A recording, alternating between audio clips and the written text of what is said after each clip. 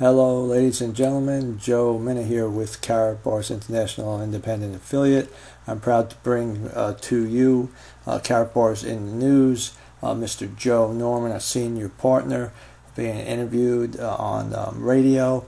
And at first, they're going to touch on Joe's NFL career with the Seahawks. But then they're going to get into the Karatbars international interview. So just stick with it. I'm sure that you're going to enjoy it. So without further ado, here comes Mr. Joe Norman.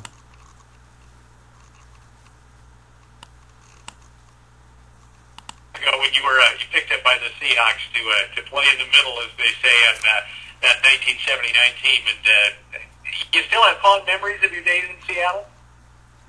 You know, I really do. I went over to Canton to the Hall of Fame weekend. I knew a lot of the Seahawk management goes over there, and as well as some of the players. And lo and behold, first guy I run into Steve Largent. So yeah.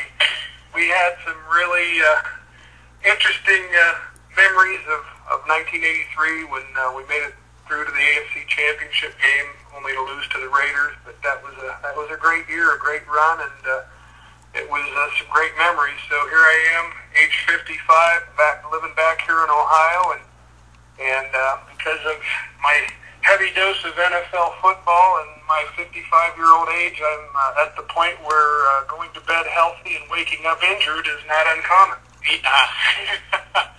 What was the game like back then? I mean, I guess I get a take from somebody, since there's been so much debate about concussions and that sort of thing.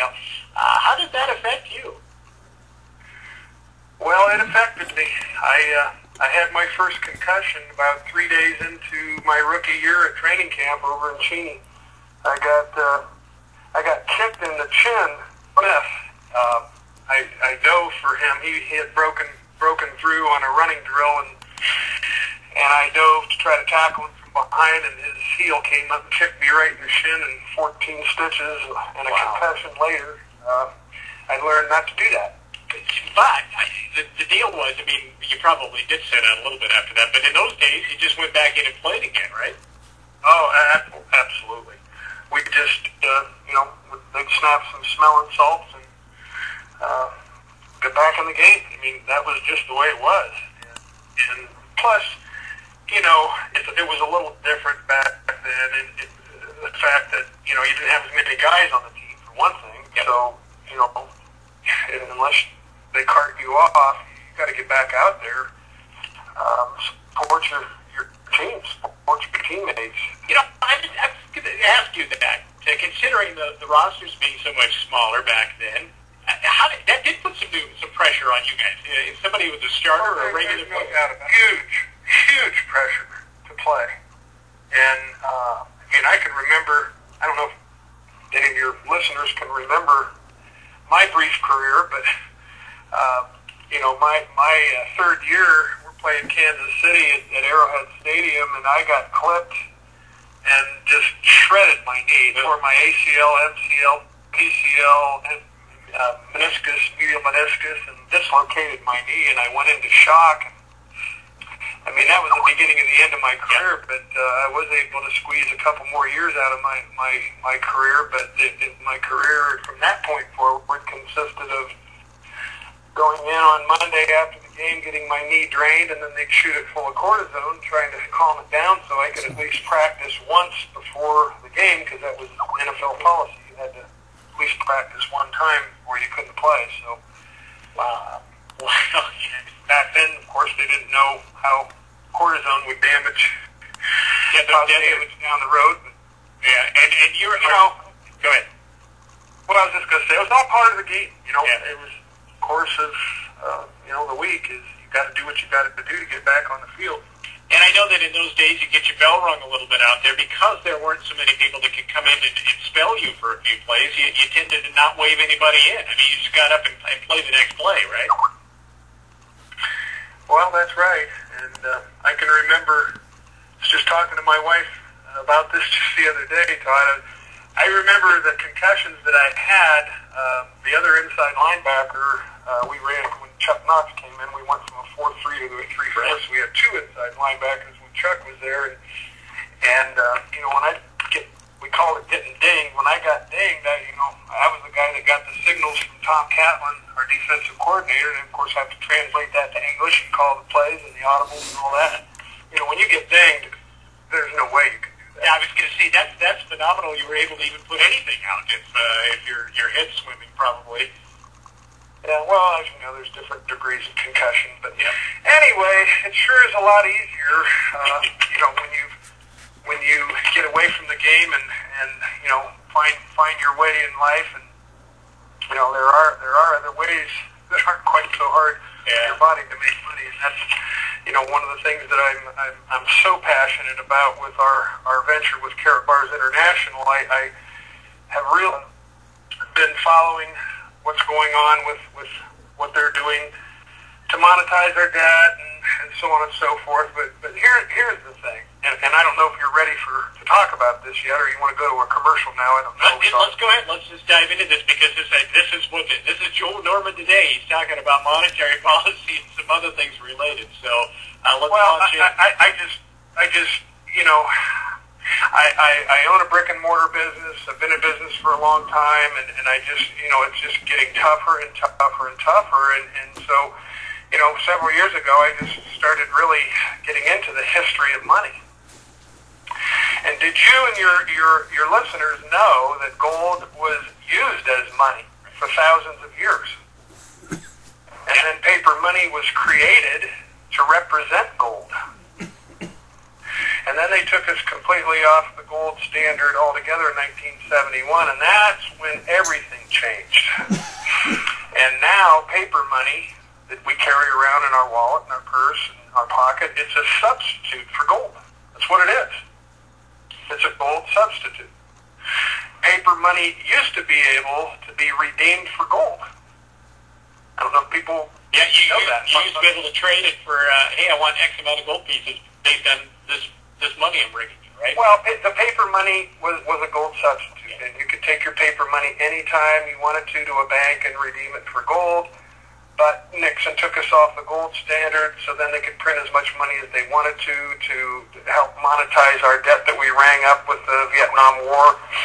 And, paper money is backed by a promise only. That's why they call it fiat paper currency. It's only backed by a promise. And here's our government, over $16 trillion in debt, we think. They can pay an IOU. Yeah, I know. Well, and here's the thing that I've learned, Todd, is why I'm really fired up about what we're doing. Dozens of currencies have gone to zero in value since World War II. Dozens of them have gone to zero value since World War II. You don't hear about it, but in Yugoslavia that happened, Zimbabwe, you can just go down through the list. And our U.S. dollar is now worth 42% less than it was when it took office. And just to put that into where it really hits home, you go Google search what a price of a gallon of gas was when he took office. And I'm not blaming it on him. I'm just that's the reference point, yeah. Well, it's history. $1.83 when he took office. Here in Ohio, it's probably a lot more out on the West Coast. Now it's $3.83. And so people think that gas has gone up in price. It hasn't gone up at all. It's the dollar has lost that much purchasing power. It just takes 383 of them to buy a gallon, where before it took 183. Right. Well, and as you just pointed, the 42%, it's nearly twice as much money is required to get the same amount you got, 4 years ago. Right. So we are at the beginning of a rare moment in time, Todd, and gold track record of price and performance no other asset class has. We're telling people not to let the banks, the brokerage houses, and the politicians influence your decisions on what you do with your money. We're encouraging everyone to take responsibility for their own financial future, because we know that there's brief moments in history when the safe haven asset becomes the asset class with the single most potential for appreciation and gains and purchasing power. This is one of those rare moments in time. Okay, so Joe, I'm going to stop you right there, just because people will say, okay, fine, I'll get gold, but I can't use that to buy anything right now. Well, that's where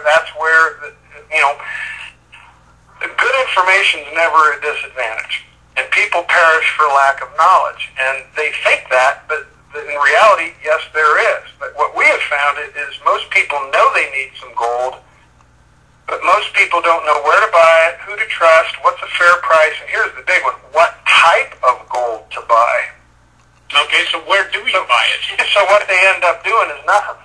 Right, Because, yeah. if they're not confident and comfortable, they're not going to pull the trigger. So what we do is we show them the best form of gold to buy because, as you know, not all gold is created equal. In jewelry, for instance, a 10 karat, you can take two necklaces that look identical, but one's 10 karat, but one's 18 karat. So one's worth more than the other one, right? Right. Yep. Well, it's the same thing. A lot of people, and I actually was guilty of this. I for years used to buy gold and silver coins.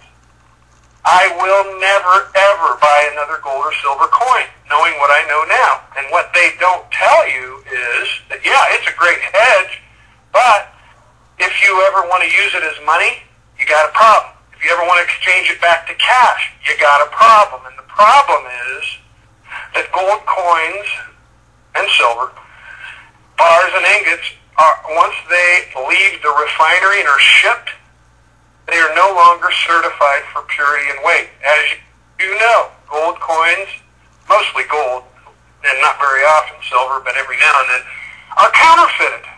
Right, yeah. Yeah. And I just saw one, a big bar the other day that we saw it had been drilled out and tungsten filled in there, and somebody paid a spot price for that and got ripped off. Yeah. Well, with Karatbars International, you never have that problem.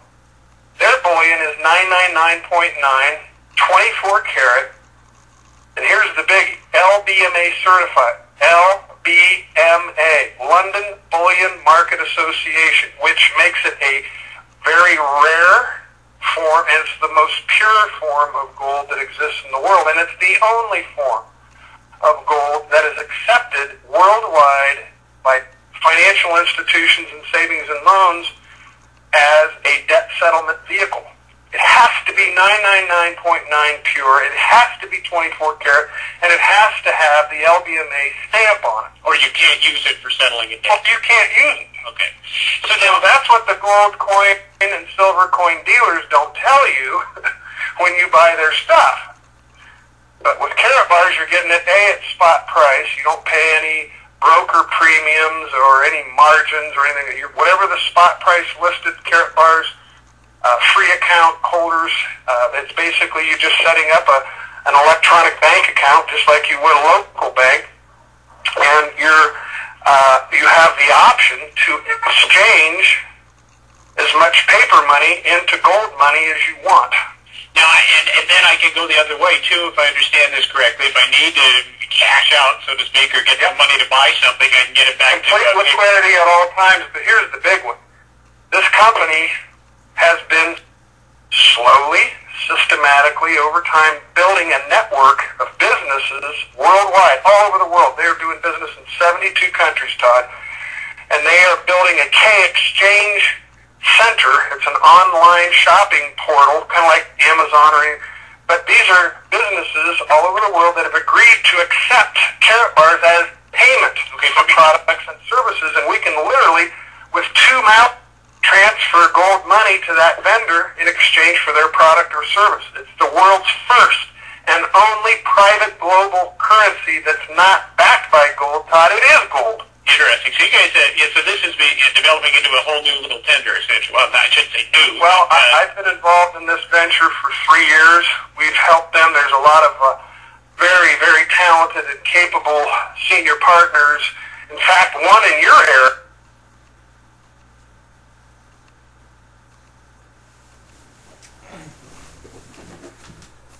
So there you have it, ladies and gentlemen. We have to cut the interview a little short. Again, my name is Joe Mina. That was Joe Norman. And for further information, you can contact me at 941-773-4677, 941-773-4677, or you can also go directly to globalgoldmoney.com. globalgoldmoney.com. Thank you, and make it a great day.